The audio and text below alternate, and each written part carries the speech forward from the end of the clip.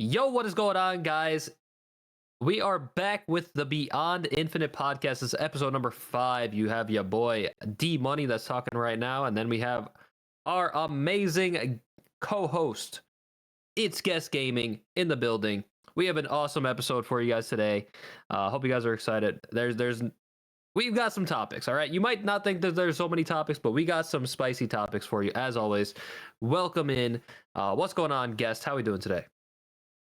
I'm hanging in there. I mean, it's been an interesting week, to say the least, because down here in Brazil, it was Carnival, which I know we're celebrating in Marvel Snap. But it's kind of thrown off the entire week for me. I'm doing okay, though. We've caught back up. We've been doing a lot of deck testing the last couple of days, so I feel pretty confident going into, with the secondary confusion. I feel pretty confident going into actually talking today about, what's going on in the game, because two of the topics, I think the last one in particular is, to me, one of the most interesting, because it's going to revive something that has been missing from Marvel Snap for probably a few months. So I'm looking forward to today.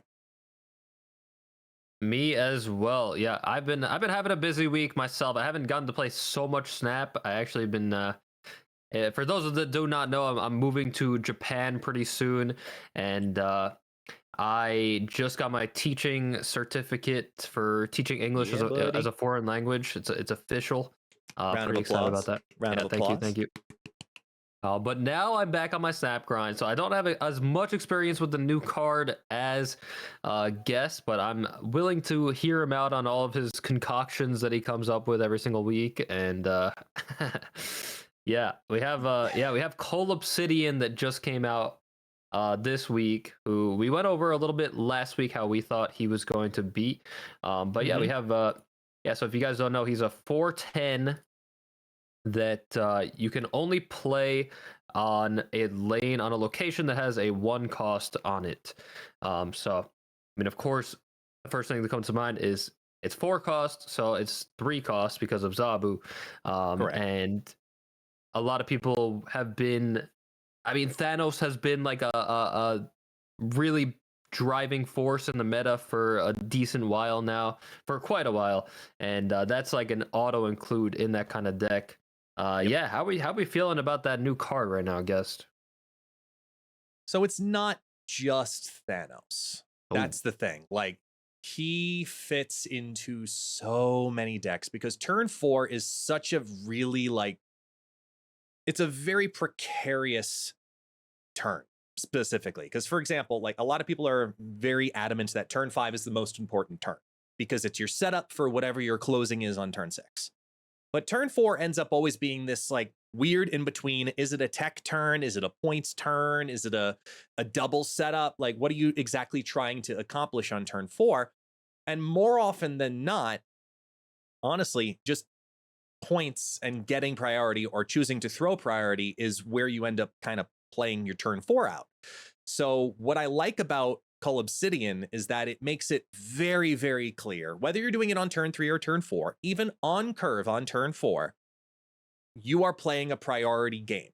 And in the Thanos deck, you're typically playing that anyway, looking at all of the big cards and trying to cheat them out with Lockjaw, and you're already forcing yourself into a priority focused situation. This makes it even easier, and Cull Obsidian is just a giant meat stack. He's just throw everything down.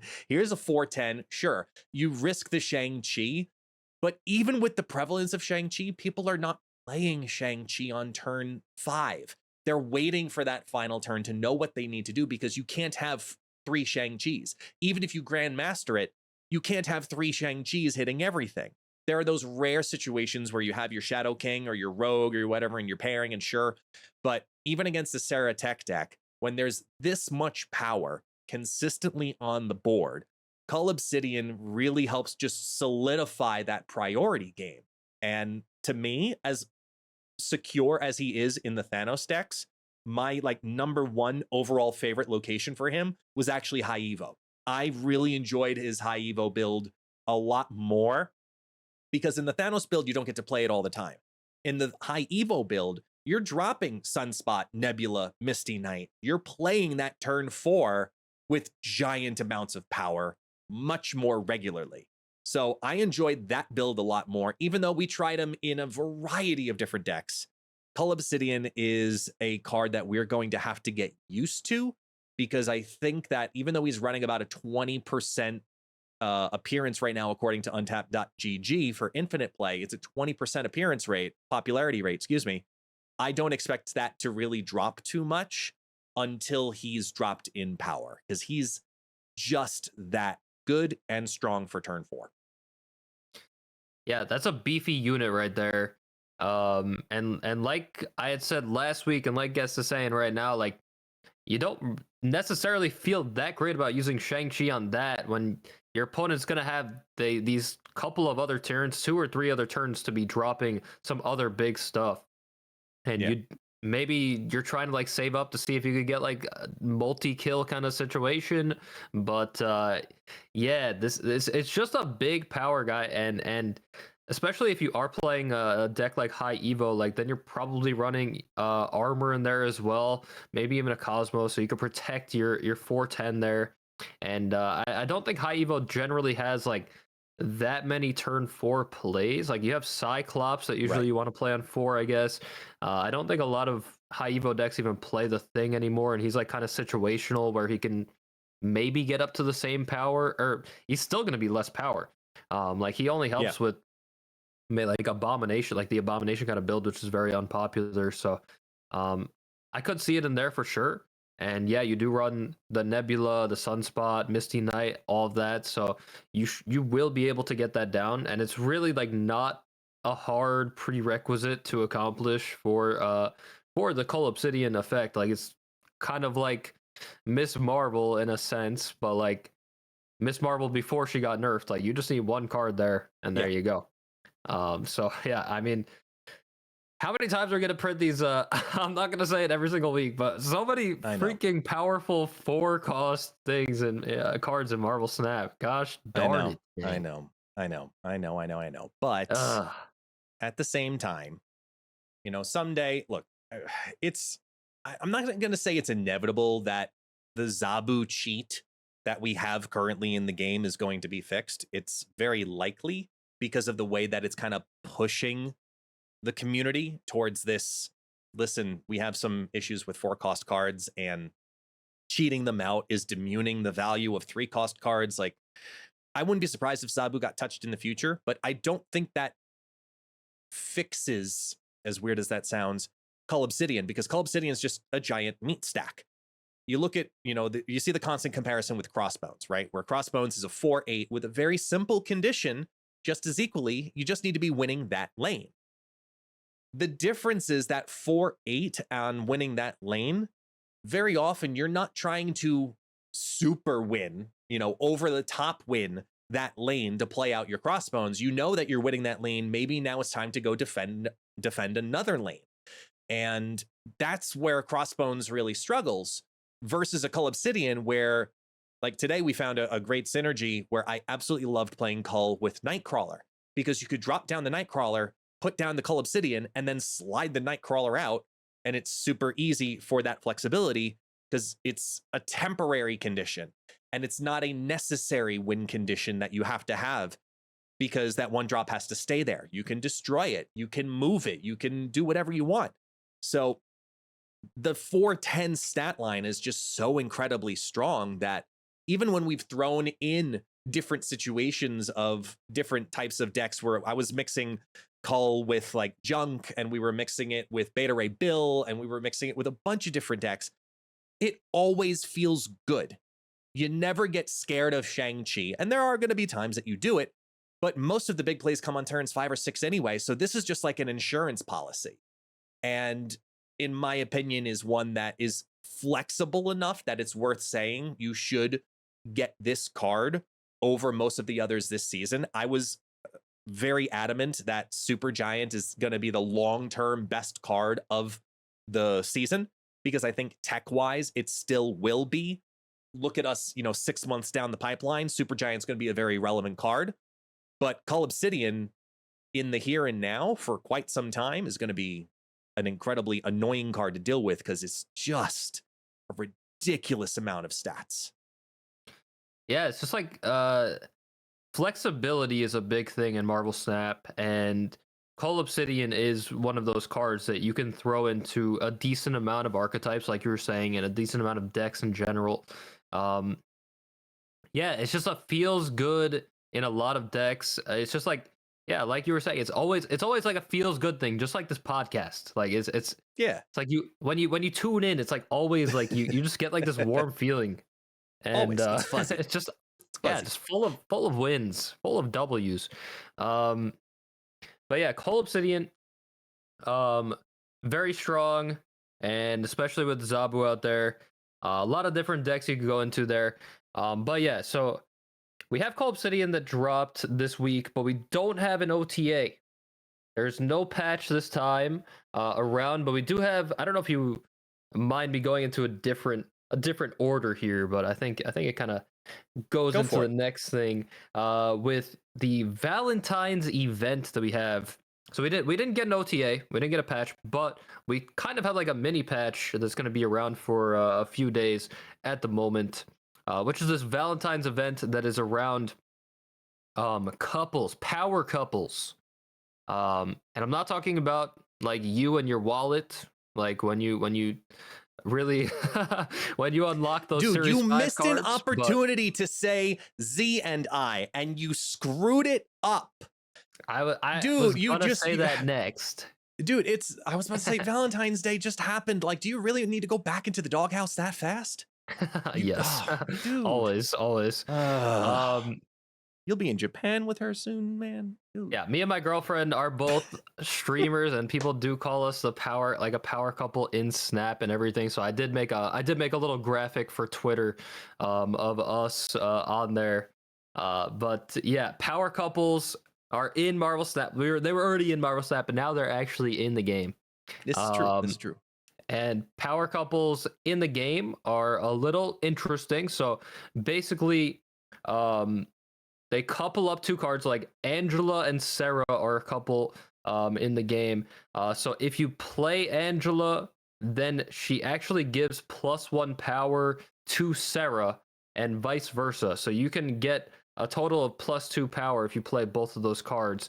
And there's some couples in the game that give +2 power for each of them. So like Captain America, if you play that, he gives +2 power to Agent 13, and vice versa.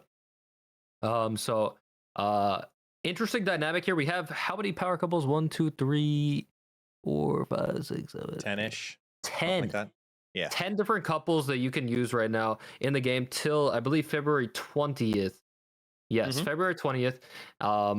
And they're actually kind of strong. Like some of them, like of course they kind of made the +2 power ones maybe like a more of a niche combination of cards. Like Invisible Woman and Mr. Fantastic is a little weird, but Gambit and Rogue though.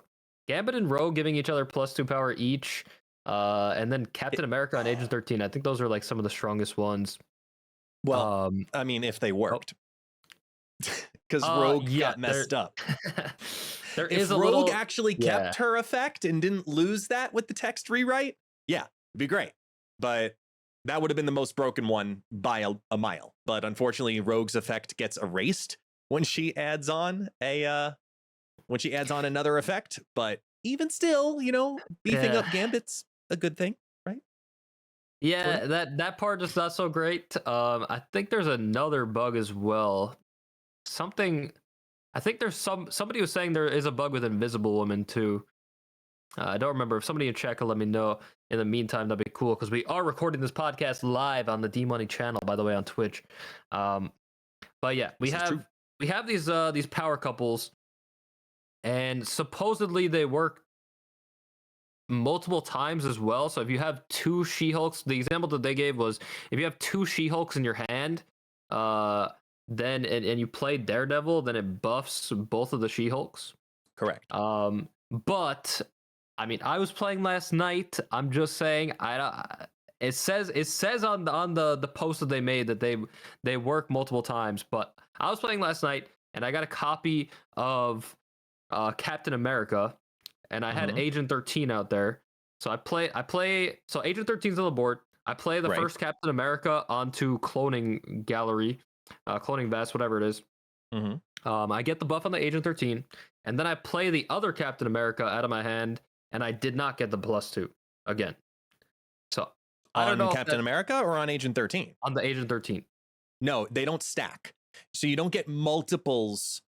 Like if in your situation where there's one Agent 13 and two caps, what they talk about in that is that they're saying that each of those duplicates would also be eligible for a +2. So it's not, if you play the two caps, Agent 13 is going to get +2 and another +2, giving her a total of +4. It doesn't stack like that. It's just they're automatically built in as a secondary effect. So it's kind of like, there's ongoing, on reveal, static, and then there's the couples effects. They don't double up on top of that. But if you got multiple She-Hulks or multiple, Captain Americas in your example, for example, those Captain America duplicates would receive those effects. Versus if you look at it from another perspective, when you sometimes get an evolved card, right? Imagine you have a District Dex game, but you had an evolved deck, and then you pull A-Bomb. It is not the evolved A-Bomb. Sometimes the effects stick, and sometimes the effects don't stick. Even if you get a duplicate later on, the effects do stick. That's what they're talking about. Well, they should have made it more clear. That's all I'm saying, because I lost that game against Dara because I figured that I was going to get the +2, and I didn't get it, and I was pissed. So, I don't know. And just based fair. on the reading, like I can't read that well, but still, like I still stand by the English is not good. I know. I still stand by the fact that they it made sense based on what they put in that post. But you decide. But either way, I actually made a deck yesterday, with just 6 power couples in it. The whole entire deck was power couple cards, and I won games. Like I'm in like top 250, and I had a positive win rate at the end of it, and like it was kind of working. Like the extra power is like good. Some of them are really good, not gonna lie. But a couple of them led me to think, personally at least, some of them led me to think that this might have been like hey, we just became full, free QA testers for Marvel Snap. And I'm hearing this conversation pop up in several places, not just my own stream, but online. And I want to put it out there into the world that without, breaking NDAs in any way, shape, or form, I can confirm from the devs that no, that is not what is being factored into any of this. These are not being done in the sense of like QA tests, where will a 5/1 Iron Man survive if they give Iron Man a buff for some reason? You know what I mean? Or can we say it's okay to have a 3/4 Mr. Fantastic? Does it break the meta that much? Sure, that's an OTA test. No, that's not, nope, that's not what's happening. So let's just put that, because I even thought that, I'm not gonna lie, I thought that too, but we can put that to rest. We have that confirmed. That is not the case. So let's just put that conversation piece of it to bed. I don't know. Maybe they told you to tell everybody that to like throw everybody off. You go look in the chat. It's there. I told you I can't read. If this I read is it, true. And our chat just pointed out how you're celebrating that you're going to be teaching English as a second language, and you can't read. Man, we've got issues. I feel so bad for Japan. I hope my future employers do not watch this podcast. And but yeah, there's some strong combinations in here. Yeah. And yeah, I like your conspiracy theory of the testing thing, but yeah, most of these cards should not get a buff. But some of them could. Maybe. Angela getting +1 powers, maybe not the end of the world.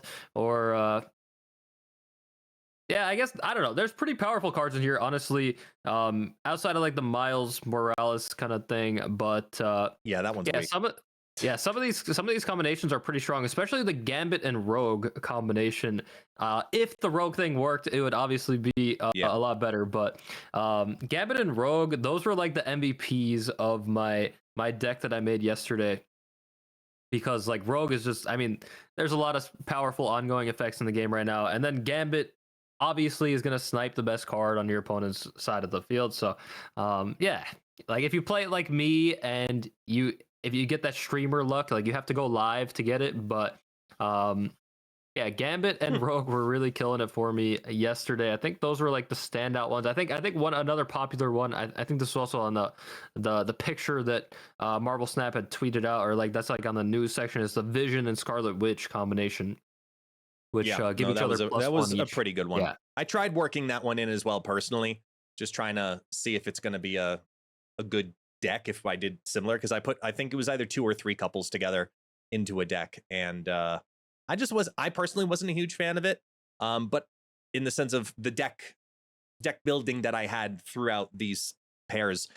But I overall want to say that I like that Marvel Snap is trying this. They're looking for new events, and I love that because it's a digital card game, they have the flexibility of putting temporary power for 1 week onto so-and-so cards and saying that, okay, well, this is temporary as is, and enjoy it. And then after a week, it's gone. But I'm going to go off script here. Because I just thought of it and we didn't talk about it in our little pre-meeting conversation thing, because it is interesting. And I think it's something that we need to talk about because it exploded in Marvel Snap, because it was only for about an hour, I want to say. And correct me if I'm wrong for those who are here in the live chat. When we had the update come down with these changes in it, there were other changes to 4 other cards simultaneously at that time. So they were temporary changes and they were text only changes. They did not stay in the game, and the texts were fixed later on. But I want to talk to you about it because one of them in particular really stood out to me. For those who do not know or missed what happens there, the 4 cards that were changed temporarily were, let's see, Luke Cage, Mantis, Yondu, and Miek. Now, Luke Cage was literally just his old text, but at a 3/4. So he was back to a single lane effect, and everybody lost their absolute mind. So understandably so, I think it's safe to say nobody wants that. We can move past that one. I want to talk about the other 3. Mantis changed from stealing a card from your opponent to copying the top card of your opponent's deck. I want to ask your opinion on that one in particular, because I think that it has this nice little double play at the same time where, yes, you're still obtaining a card in your deck. It's good for your collector decks, but at the same time, it then creates a different mindset for your opponent and starts playing mind games with them because they know that you also have the exact same card. It's like the White Queen, but obviously a little different, a little cheaper as well. What did you think of that temporary Mantis? It's interesting, which is usually something that somebody says if it's like not that great. I don't know. I honestly think that like the way that it is now is better, even though this is kind of like an unplayable card at the moment. I feel like the current effect of Mantis is just better because of like the secrecy, like the information that you get and the information that your opponent doesn't get. It's kind of like Cable. I mean, it's obviously the Cable effect, but a little like more situational. Like you have to actually you have to guess correctly to get it. But yeah, getting a random card out of their deck and they don't know what card you took, I think that information is powerful, and I think that if your opponent knows like which card you're taking from them, and it's maybe not going to be helpful like in the future, like I don't know, I don't think this new effect would be so strong. I feel like the current one is better. Like if the stats on Mantis change a little bit, I think it can be totally playable. But yeah, I like the current one better personally. So maybe because it's a plus and a minus, if it was a 2/4, maybe. I could even see Mantis maybe going to a 1 cost, but she was a 1/2 previously. They brought her up because they were scared about Collector and Loki. I can see her maybe going back to a 1 cost. I don't know. I'm not sure if 2/4 still makes her playable. Maybe it does. I think that the effect is not bad, but it's an interesting idea for the card. for Okay. sure. And we saw another change as well. We saw the Miek one, which is, I think that one's a big one, right? Yeah, the Miek change was the one that I liked the most, which was still a 1/1, but it was when you discard a card, this gains +1 power and can move next turn. So it enabled it to have a 1-lane move for the following turn that then you had control over. And this was a change to Miek that I think that we honestly would need for Miek. Because Miek is great, Miek is fun. Machine gun Miek decks are, a little memey, but they're a good time deck. But I think that this version of Miek, where you have control of where it could potentially move and know on turn 6 where it's going to finalize, that to me is the like, hey, thumbs up. I will gladly lose some power off of Miek because of the text change. He just gets 1 power no matter what you discard, but next turn you can move. So it invites the idea of a true discard deck where if you, let's say you got the full amazing mega curve of Colleen Wing into Lady Sif, into Hellcow, into MODOK, into something else, right? You got all 4 of them. He's now a 1/5 that you have control over. That to me is worth more than the randomness of where is he going to land at the end of the game. Yeah, I think the having control over it, I mean, that obviously makes it more powerful. But I also don't even think it's that necessary because like you're usually playing it in a deck, a discard deck that has swarms in it. So you're probably going to be able to fill up one of the locations and then control. You kind of can control where he goes already. So I don't know if it's really that necessary, but it does make him better, and he is like on the weaker side, I guess. So I'm not opposed to it. It means more work for like the coders, I guess, of Marvel Snap to like put that in the game. But very interesting things that we saw here from these quote unquote leaks in the game. Yeah, that's I don't know, it's very weird that we saw these like pop up in there for an I'll hour. agree with that is suspicious. Yeah, that's the one that I was going to kind of lead into when talking about Yondu also. Like the idea that these were even options that went live means that they're potentially testing these versions of these cards. And maybe this like Yondu change where they had changed him to destroying the lowest cost card in your opponent's deck. Maybe this is a further extension to what they're worried about with Destroy. Because they said they want to nerf Destroy a little bit, and they started that with the Hulkbuster adjustment, because I'm sorry, it's not a nerf, it's just an adjustment. So now they take it to the null aspect of, okay, when the Yondu hit is over a certain power, this win percentage is what's happening on null decks, because you hit big for a Yondu, because it was random. Well, if they go to a 1/2 that destroys the lowest cost card in your opponent's deck, I think this completely kills the card. Like, the best part about Yondu is information and the chance that you could hit something big. Doing it for just information is not enough, in my opinion. Wait, so and to destroy a little tiny card, I'm not okay with it. Say again?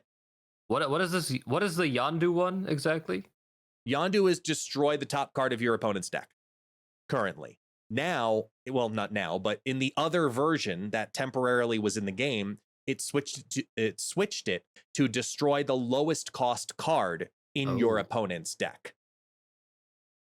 Like, are we really saying that it's good to kill a wasp? Like, that just gives Yondu a 1/3 benefit. Like, really? I don't know. I'm not really big on that change. I don't think that one makes any sense, especially if they're going to be looking at Destroy nerfs in some way, shape, or form. I don't think that's the way. That's not the answer. It might be a answer to one thing, but it's not the answer.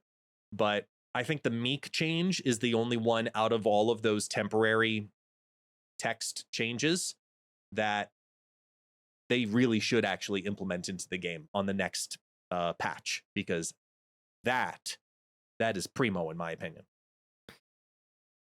Yeah, I mean, I do like that they're trying to play around with Mantis though, at least as well, because like we've seen and yeah, I like we've seen recently with some of the changes like Omega Red that we got recently in the Helicarrier. Like they are paying attention to these underplayed cards, these cards that are just not on the same power level as everything else. So Yeah. I like to see them. I like to see a little hint towards one of these cards getting a change soon.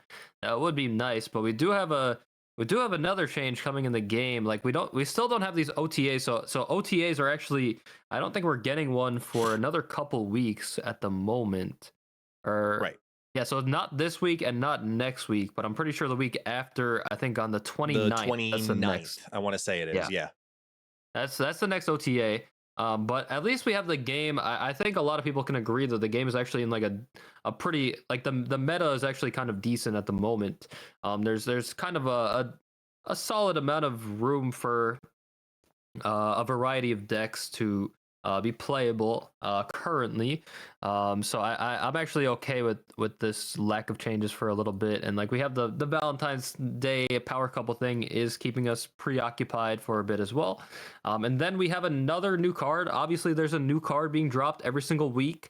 And on top of the new cards, we also have been getting these albums added to the game every single week, which has been pretty nice as well. Even though, I mean, I've spent so much money on this game. I talked about this yesterday. I've spent so much money on this game, and I am not even halfway on any collection, on any album. No? I'm like collection level like 16,000 or something, and I am not even halfway on anything. I'm right there with you. Yeah, I'm at 17K. Yeah. I have a couple of them done. And I'm focusing on just one at a time when I use my gold. So the fact that the last two were a pixels one, where a lot of people have been, especially those who've been playing for a year plus, you already organically have a bunch of pixels. So you probably had at least 3 already in your collection. That's a great start. The Dan Hip one of the more popular artists. I had been collecting Dan Hips previously already, so I already had a good head start on that one. So I'm working through the 700 gold albums just because I'm sorry, 1,200 for every Hellfire Gala variant is just tough. Just not going to happen. Just not going to happen.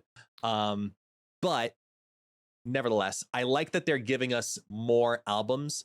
What I'd like to see, and I know they kind of talked about it in the, I forget which announcement, I think it was the future, like talking into the roadmap, where they're looking at different albums. I'd like to see different size albums. I'd like to see albums that are a part of a mega album, right? Where there's this 3-card set, this 4-card set, this 6-card set.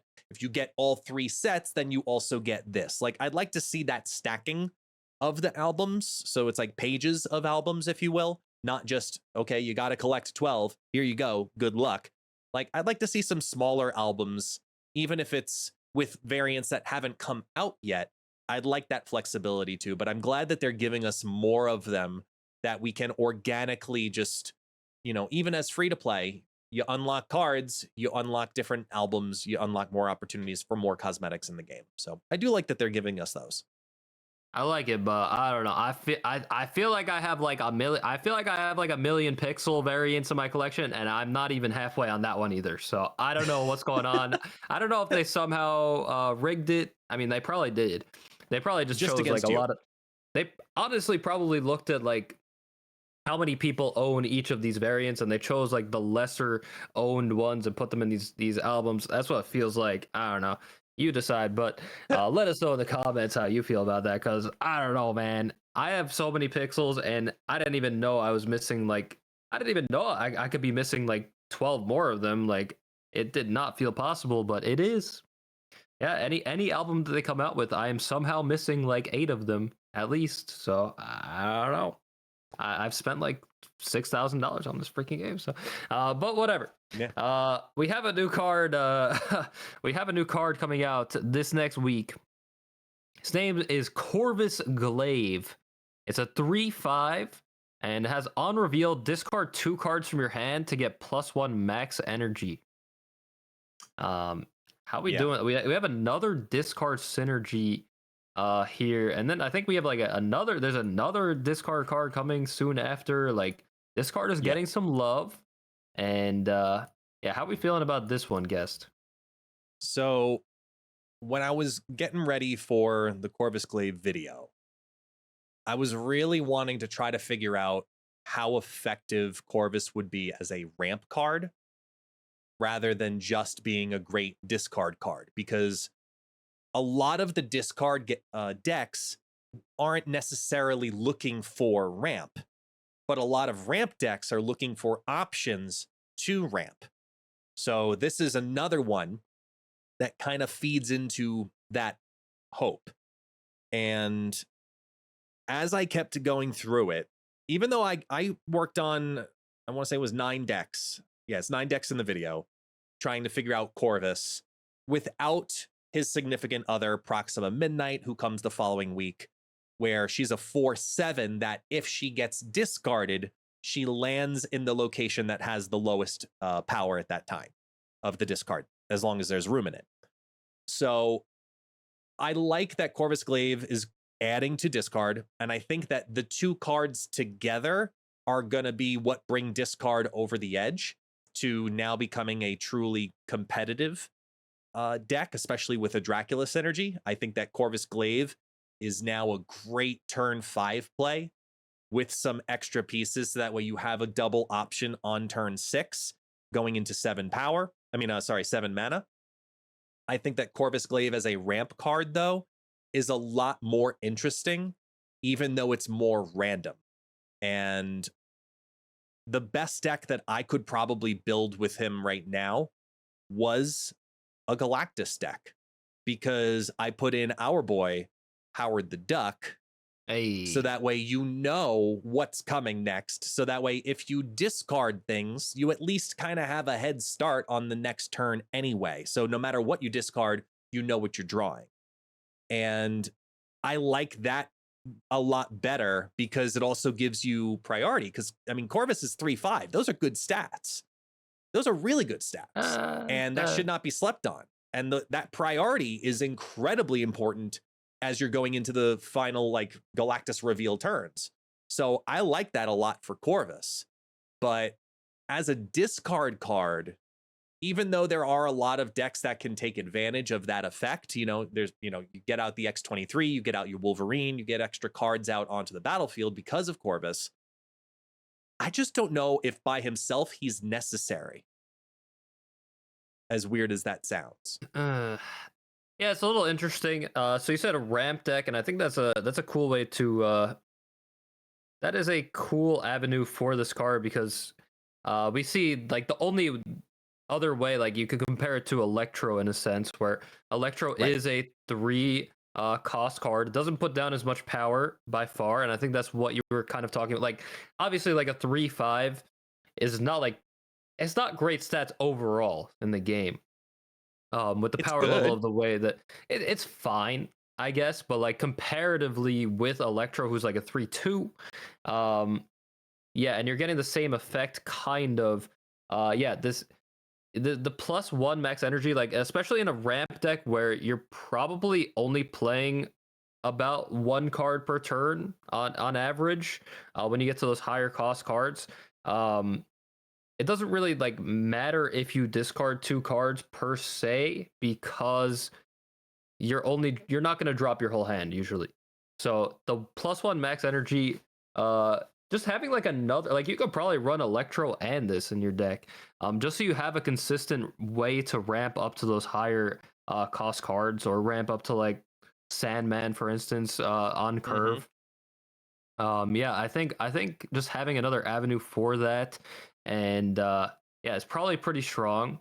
And one of the first things that came to mind with this for me would be Hela, probably, because it's just another way to discard 2 cards, and Hela's gonna be running these higher cost cards in the deck, so it gives you another win condition, I guess, for that Hela deck, which Hela is very strong at the moment, so I don't know that we need that, but yeah, I think this card is actually kind of flexible, even though it is just a discard card on paper. that +1 max energy is like energy cheat, mana cheat in any game is quite powerful. So it's actually more flexible than I think you would first think of when you look at this card. Yeah, I think it is a lot more flexible, and I think that the ramp option is incredibly strong, especially because, once Proxima comes to the game, there are also so many other ways for you to get extra cards in your hand early on that, look, you've got your Agent 13 that exists in the game. You've got Mirage that exists in the game. You can flood your hand with those and then keep into your hand also X-23, Wolverine, Proxima Midnight. It's almost all good hits then, because it's either a hit that didn't have a true effect or it's a hit that lands up on the battlefield. So it's kind of a win-win scenario going into the first half of the battle if you look into a ramp that's just literally, as you said, just straight up mana cheat going into turn 4. So if you build that style of deck, then yeah, there is a lot of promise to it. So and look, I tried some weird stuff. I don't know. You got me thinking over here. Yeah, man. I got you cooking. You're cooking in your head. I could see the smoke coming from your headphones. But I think one of the odd winners of Corvus Glaive is actually Agatha. Oh, what the heck? Yeah, think about it. Think about it. It's discarding 2, and you end up with a boatload of energy. So it could discard Agatha. If it does, that's what you do at Lady Sif anyway. So now you've got a 50-50 shot. Maybe you throw in a helicarrier just for funsies. There's a lot of cool things that you could do with that type of discard and then extra ramp. So there's a lot of surprising synergies that I could find with Corvus Glaive and different ways to build. I think that it's going to be a card that we tinker around with, and you're going to see some weird decks from some of the more creative deck builders. I wouldn't be surprised if Revis, for example, finds a weird way to break this. I wouldn't be surprised if you found a weird way to bounce this shit. I wouldn't be surprised in some way, shape, or form to see someone put out a Corvus Glaive Cerebro 5 successful deck, where I tried building one. I've tried. But it's just a very powerful effect to ramp and have priority. And that's what I think is the most dangerous thing about Corvus, honestly. We have Bopper42 in chat saying this guy has lost it. Yep. And you're right. But that's how you make that's how you make a successful deck, all right? You throw a bunch of crap into the wall and then eventually something does stick, all right? Yep.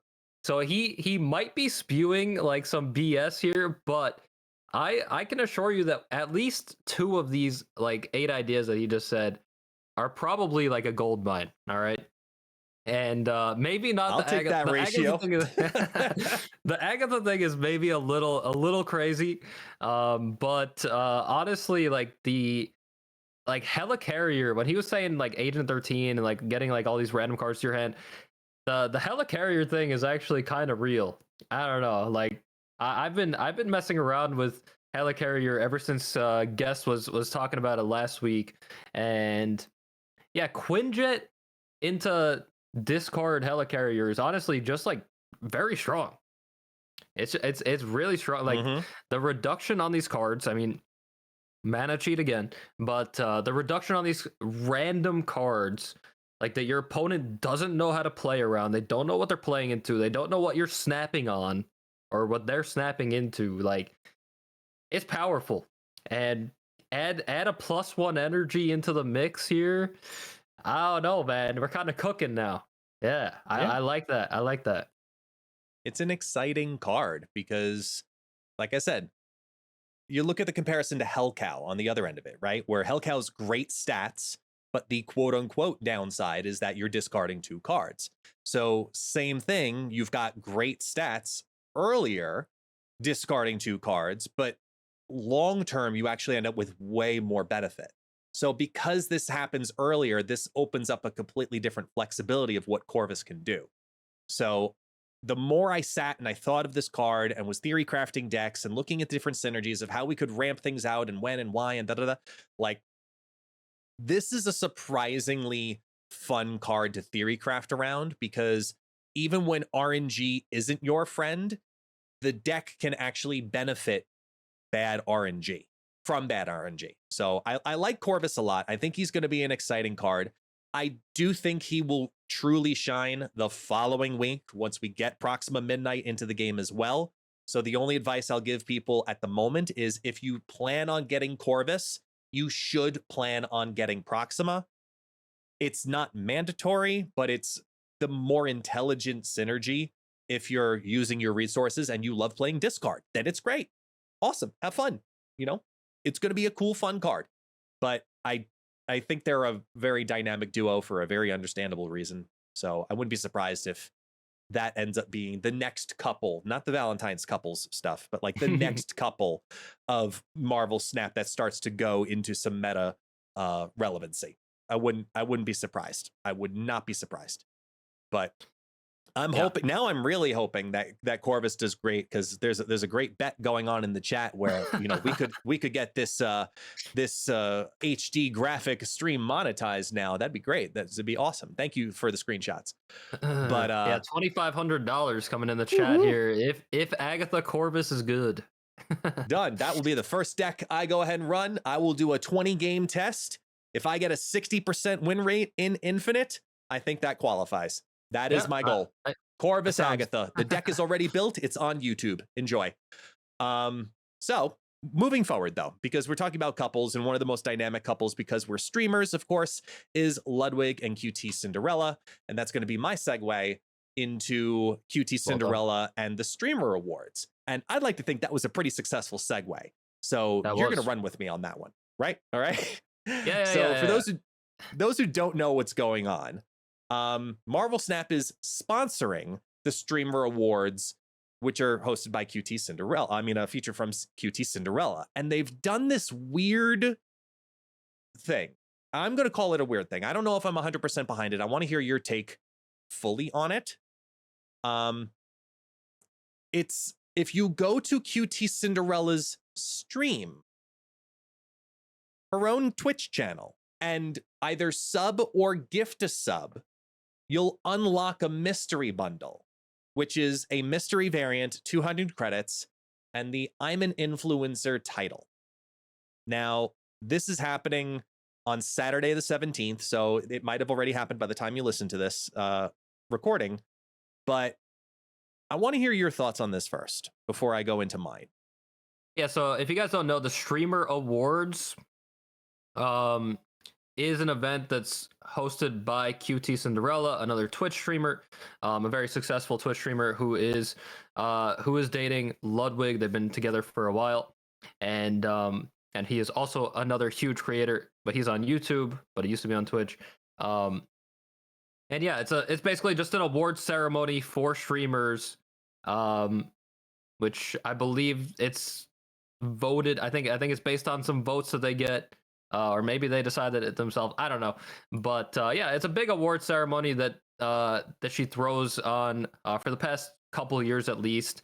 And yeah, now Marvel Snap is just like randomly getting involved with it, which is it's an interesting pairing here. But I like that Marvel Snap is just getting its name out there even more. I mean, they've been doing a lot of drops recently, Twitch drops every single month.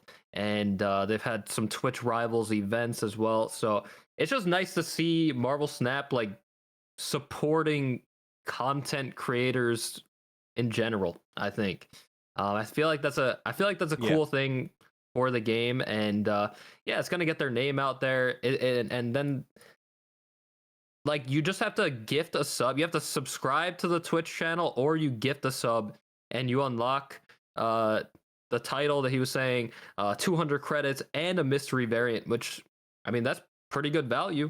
It seems like $5 for all that. I mean, it's decent value, I would say. So yeah, pretty happy with that overall. It is kind of like random. I did not expect this at all, but I'm here for it. Yeah. So I guess I'm kind of mixed on this personally, because there's a couple of things that stand out to me that are just a little off. Okay. So first off, the title, I'm an influencer. The I'm an influencer title already came to the game when PC launch happened and the first ever Twitch drops came to be.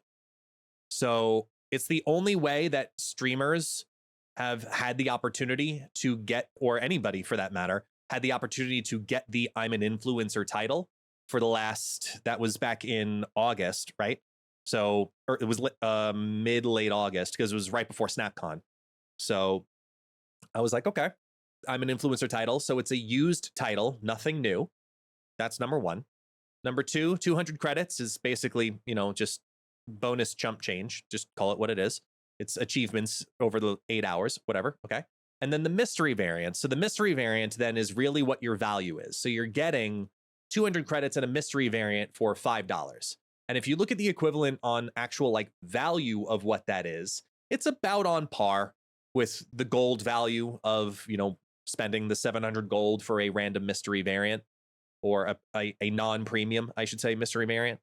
I just feel kind of like, first off, on the one end, Snap is doing a great thing by constantly being involved with the content creation community. They have been actively involved throughout their entire, inception in some major capacity, just like how they were the sponsor as well on that award show, which is eluding me previously back in August.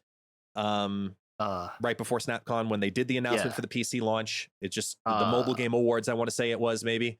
Or I don't remember. Is E3, like I don't know, something along those lines. They're going to let me know down in the comments. But they sponsored that, and now the streamer awards are sponsored by Marvel Snap. I guess the only thing that really bothered me was, why do I have to sub to QT Cinderella? Like, why does this money have to go to her specifically to get the award? Is it because it automatically synchronizes with Twitch? It's a big monetization way for QT Cinderella, and Marvel Snap is only getting marketing out of it. They're literally getting nothing out of it except for eyes on the streamer awards. And I just kind of felt like between the recycled title, the regular mystery variant, and giving QT Cinderella the money, something just feels off. Not dirty, not negative, not bad. It just, something feels off, where it seems like it was last minute, maybe thrown together, and they said, hey, look, you've already announced your streamer awards. We'd like to get our name on there. What do we got to do? Okay, we could do this integrated with Twitch. Here we go. That's how it feels. It's probably not the case, but considering the streamer awards announcements up until that moment on, what was it, yesterday that they made the announcement, yesterday evening, none of the other streamer awards content had Marvel Snap on it. All of a sudden, now Marvel Snap is on it. So it's just how I don't know. It's hard to explain. It just feels a little bit thrown together. And I would have liked to see something more on an integration. So, maybe during the streamer awards, Marvel Snap makes some kind of big announcement. Maybe we see some, big integration with Marvel Snap in some way. I don't know. I just feel like, as good as this is, because it's another opportunity for the community to do something fun and be a part of stuff, it's introducing another major streamer who's already got a huge following already. Just like they did with, not Ludwig, with, help me out here. When Ben Brode battles Shroud, there we go. Yep. It took me a second. When they battle Shroud, they're getting the big name people involved with Marvel Snap, even if they're not directly involved with Marvel Snap.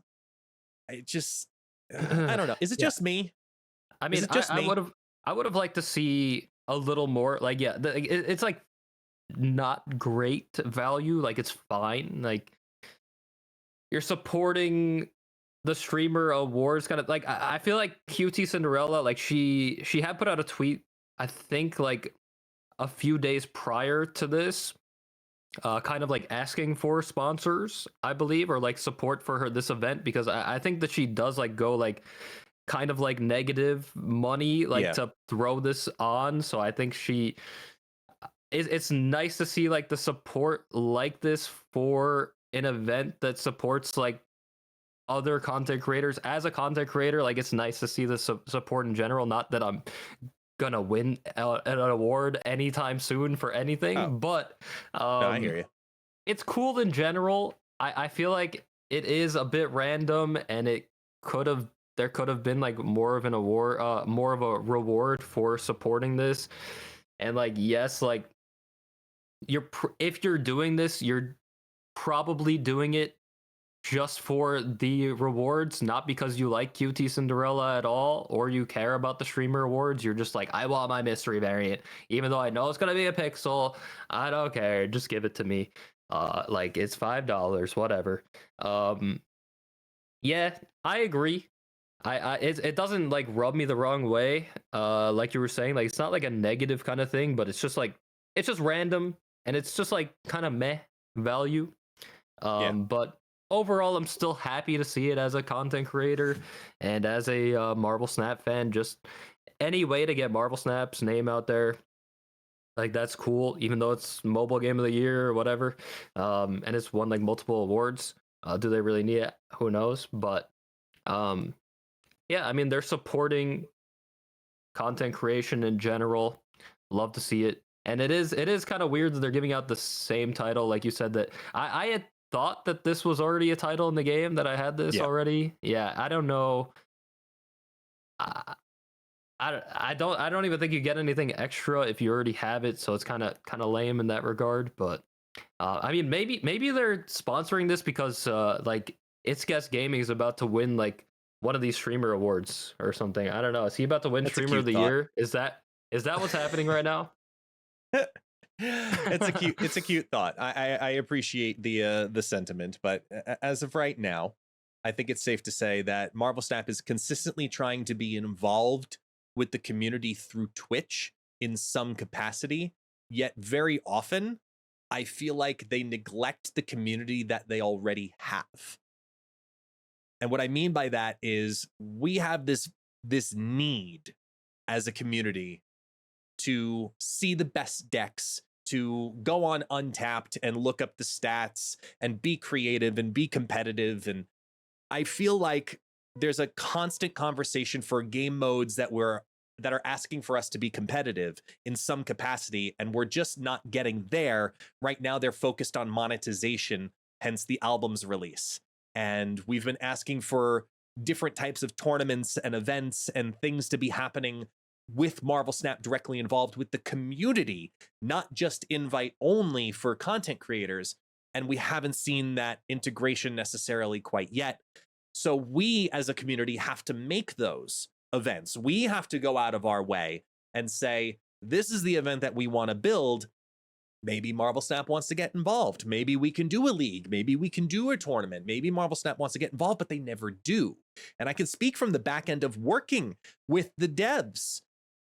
I understand some of the reasons why they don't want to directly have that contribution into the game right now, because it isn't necessary right now, even though the community, especially for those of us who are, longtime players now at this point, we want that competitiveness. We want that extra something to do in the game in some capacity. So now we're seeing more of that come to the game this year. And honestly, I've personally missed it. I miss doing the casting. I miss being competitive. I love seeing top players kick ass and take names in Marvel Snap. That's why the top streamers are the top streamers, and they're popular for all the right and understandable reasons, because people like seeing good gameplay. Competitive gameplay is good gameplay. So why not showcase that? Why not be a part of that showcase? Because I know you've gone on and you've won tournaments, and it does great for you as a content creator, but you do it because you enjoy being competitive in the game. You flew out to whatever, California, I want to say it was, for the One Piece tournament because you enjoy being competitive. Card players like being competitive. Why are we not feeding more so into that as a community when we've got things like the Snap Fan World Championship finally coming out, and we've got the Snap Judgments League, now also coming out, and I know of a third league that is also in the works as we speak, and I won't reveal anything else outside of that. I think the competitive nature of Marvel Snap needs to be honed in on by Second Dinner, and not just get big names associated with it, even if it's for a temporary time period, like they did with Shroud, Now they're doing with QT Cinderella. What about those who are already here that want this level of competition?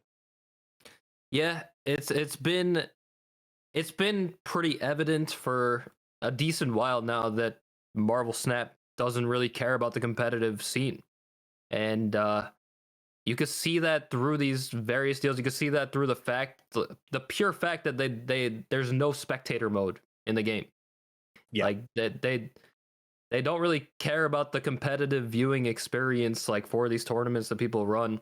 They haven't really put money behind big tournament. Like the only thing is really like Twitch rivals, and I've casted Twitch. I'm the only Marvel Snap creator, by the way, that has casted a Twitch rivals event. I've casted both of them, which is pretty sick. Not gonna lie, but and I really enjoyed it, and I wish that there would be more stuff like that because like I feel like they were pretty successful, and I feel like that's what people want to see. Like the game is competitive, and it can be competitive. There's an audience for it for sure, and and that would certainly drive more people to play the game more and to play it for like a different type of like it's just like bonus incentive.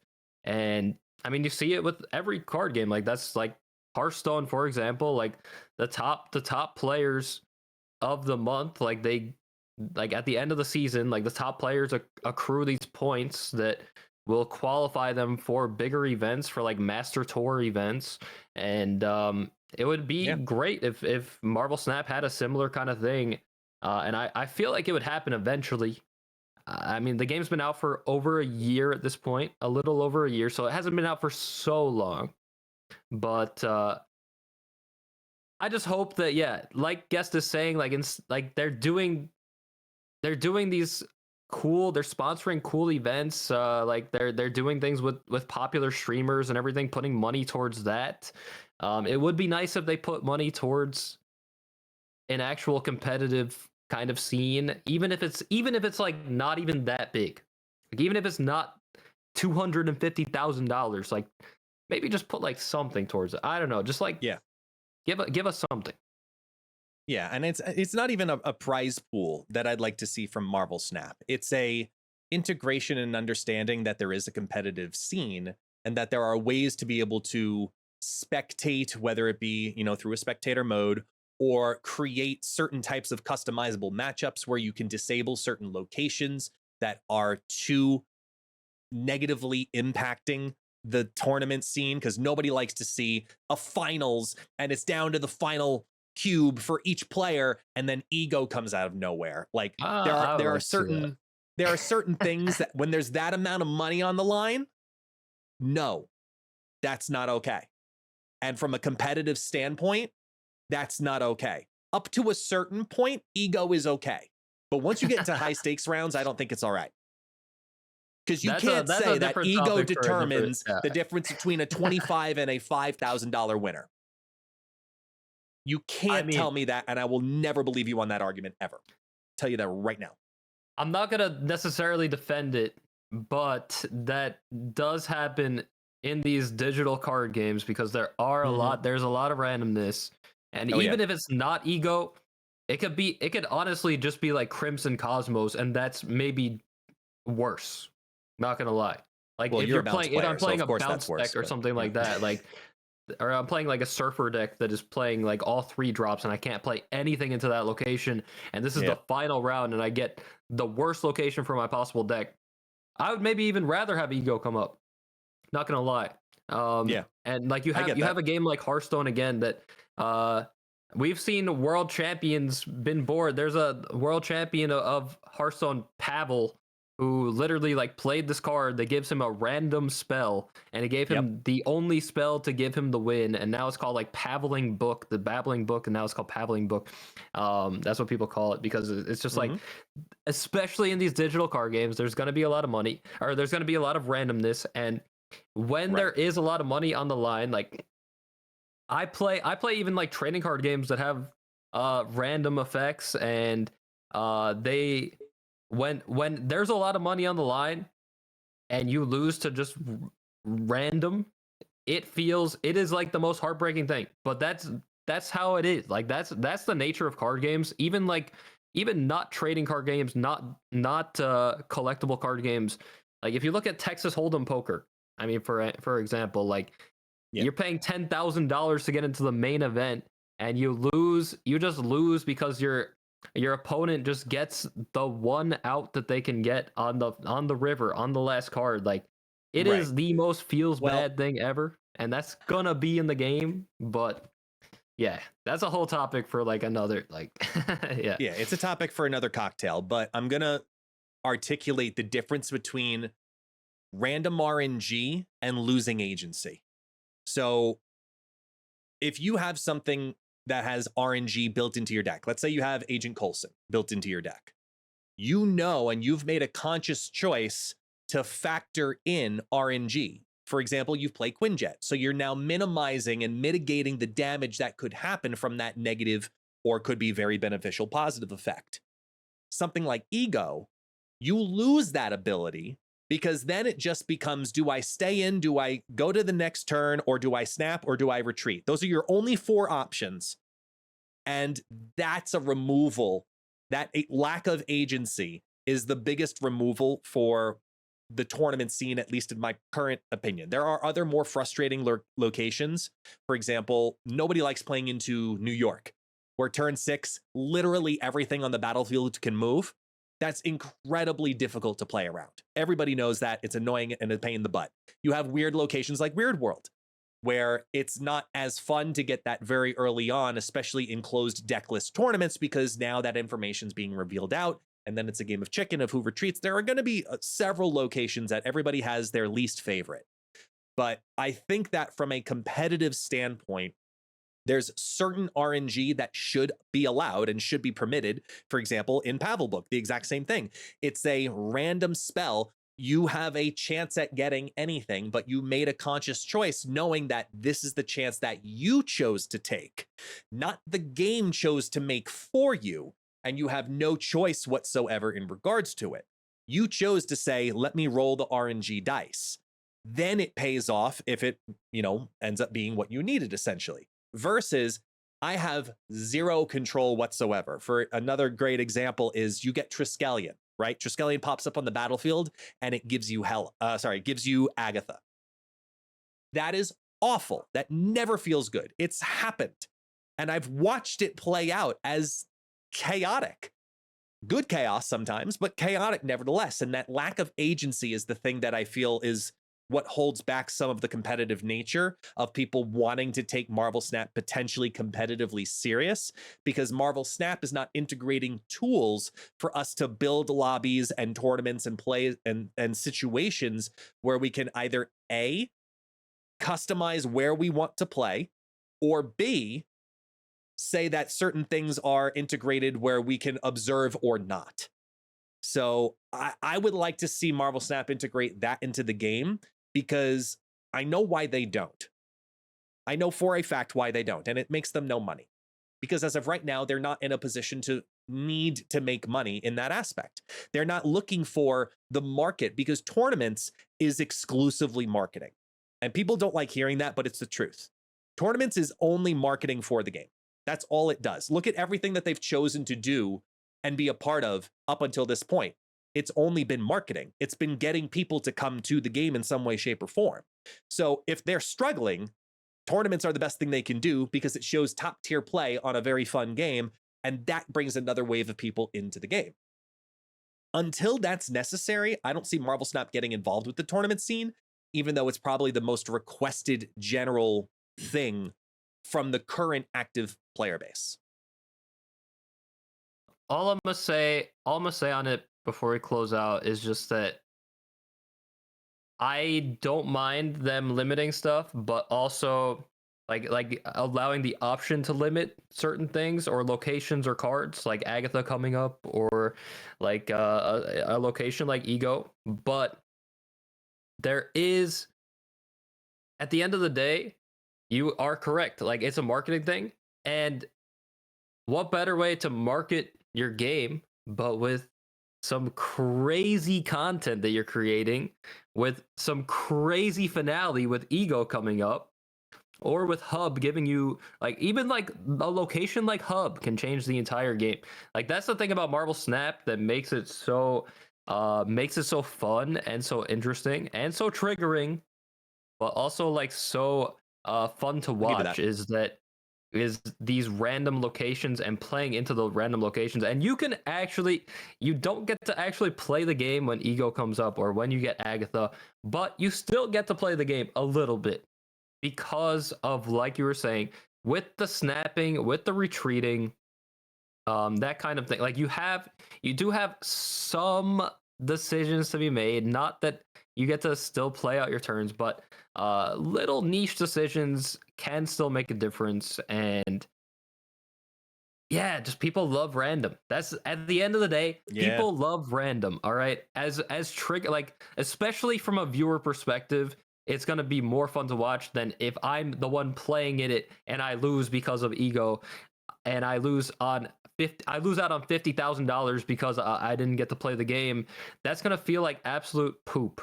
But to the viewer, it's gonna be hilarious, and they're gonna laugh at me till the day that I freaking die. But I'm immortal. But anyway, yeah, it's just that's what people love. They love random, and I love it too. It triggers the heck out of me, but I love it too, man. And that's just the way it's gonna be. I think. I don't think I can't see them touching it, honestly. I could see them being involved with tournaments and stuff, but I can't see them touching all the random nonsense that goes on with this game. Personally, yeah. Certain randomness is amazing. And granted, we're also coming from the perspective of casters, where when random happens, it's like the best thing we could ever ask for because it makes for great entertainment, and we love, being a part of that moment with our community and saying, wow, this was amazing. Look at what happened. What are the chances that, we love that moment as a viewer. That's not the perspective I'm coming from. Because as a viewer, I 100% agree with everything you said. I'm talking as a competitor. Exactly. There are there are very, very few. There are very, very, very few things that I feel like should be toggles that you could switch on and on in a competitive scene, because RNG is needed in these games. But there are a couple of little tiny switches that we should have the option, not mandatory, but the option to say if we want to disable or enable them in certain moments. For example, certain types of competitive play.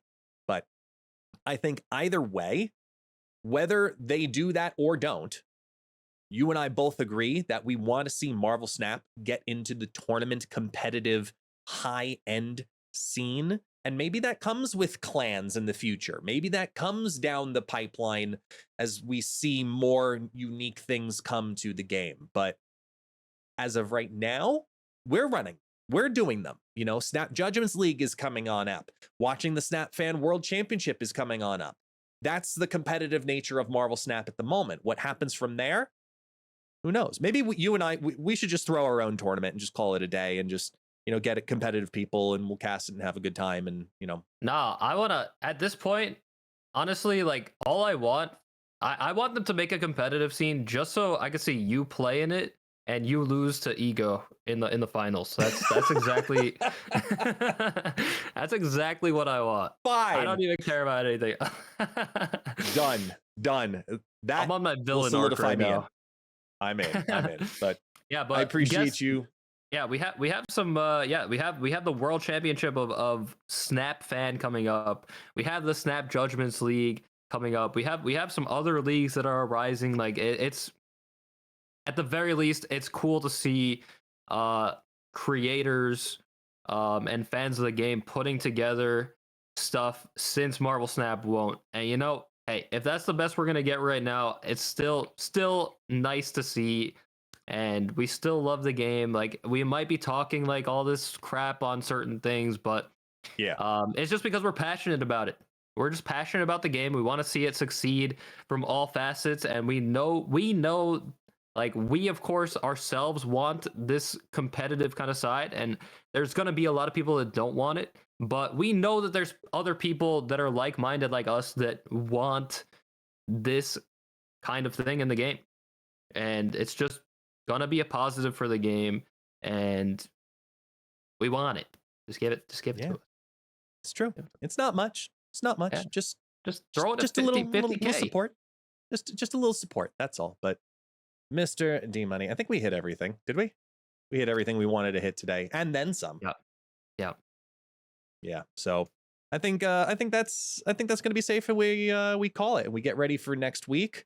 We get ready and test out our Corvus Glaive decks, and just get a whole bunch of point slams with Cull Obsidian, because there's a lot to look forward to, because we didn't get anything on the roadmap yet. So I think as we head into the second half of February with an OTA on the 29th, and we get into March, and then new surprise things because we can't data mine anything anymore, like there's a lot to look forward to, even though we have no idea exactly what it is or when it will come to be. But D Money, good sir, thank you so much for doing this again, the Beyond Infinite podcast.